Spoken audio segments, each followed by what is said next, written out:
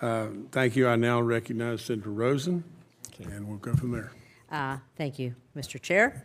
And I want to thank you, too, Administrator Loeffler, for joining us here today. I just want to make a short comment on what Senators Hickenlooper and Hirono have said, because we know that we want to bring back U.S. manufacturing so that we can compete. But when is the real question? How long does this take to happen, and how many businesses will suffer or disappear in the meantime? And that's what we're really talking about with this uncertainty, because this puts people's dreams and their life work at risk or on the chopping block. So I think when we talk about it, this is that bridge where people's dreams will be dissolved. But I'm going to move on because we've had so many good conversations, and I want to talk about the importance of SBA as a resource partner.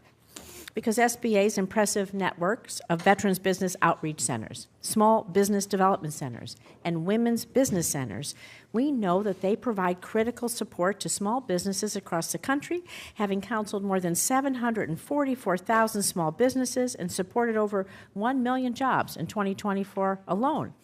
The tailored support provided by Veterans Business Outreach Centers, I'm just going to call them VBOCs, a lot easier, it's important for my state of Nevada, which is home to more than 200,000 veterans and over 23,000 veteran small businesses. We only have 3 million people in Nevada, so it's a good number.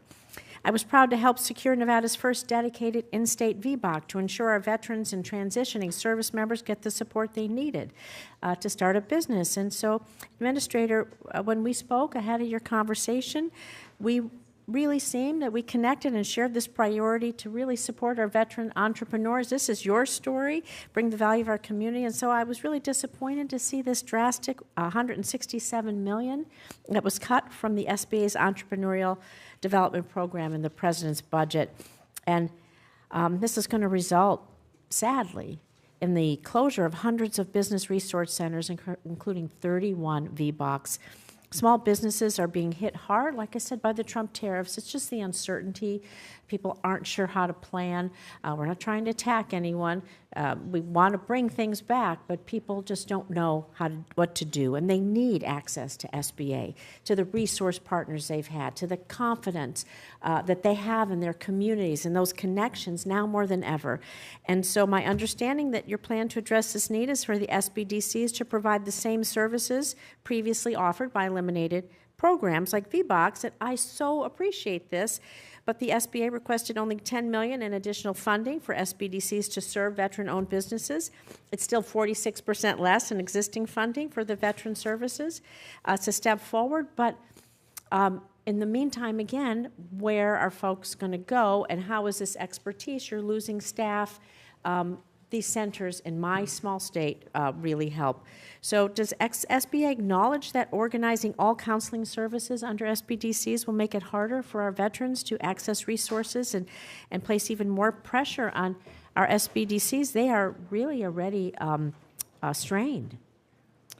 Senator, thank you for the question. And there is no bigger champion of our veterans than President Trump, which is why I think we've all seen him upsize the Veterans Administration budget by $5 billion. And I'm pleased to say, particularly as the daughter and granddaughter of veterans, my father started a small business as a result of what he learned in the military, that I am so proud to champion veterans and deliver even more unified, strengthened resources. We've just announced today an MOU with Secretary Collins at the Veterans Administration to share more resources between the small business efforts of the VA. It's important that veterans often serve veterans, and that's what our VBOCs give us. They hire veterans to serve the veterans who understand the process. So by eliminating them, you've eliminated this kind of unique understanding from veteran to veteran. I want to correct the assumption that we're eliminating VBOCs. That's absolutely not the case. In fact, the floor of $10 million is a floor, not a ceiling from the SBDCs. But let's be clear, there are 1,000 SBDCs across the country. We have 68 regional offices with veteran specialists in those offices. We have PCRs on military bases. It took till last year for me to get the VBOCs in Nevada. So I just have one more quick question. The SBDCs do provide general counseling and business training, and so under your plan, how will SBA ensure that the SBDCs again, to the same point, have the advisors that are specifically trained to provide counseling on those unique needs, and how long is it going to, how long will veteran businesses have to wait for this transition to be complete? Because again, it's the uncertainty. They don't have to wait at all, Senator, which is great, because I totally agree with you. We need to serve our veterans better. And in fact, this week alone, we're hosting 15 seminars for our veterans in Boots to Business and Reboot across the country. And we're only going to build on that. In fact, through our partnership with the VA, through our work with SBDCs, through our veterans outreach programs in the region, we're consolidating and unifying our services so that veterans have access to the full suite of SBA. And I'm very proud to say SBA lending to veterans in this calendar year is up 26%. Will you come meet with folks in my office to I would give us love the to. list of I would love everything to. that you're doing so that we can communicate this out in Nevada and be sure that we continue to serve our veteran businesses? I'd love to meet you and visit with your state as well. Thank you. Senator.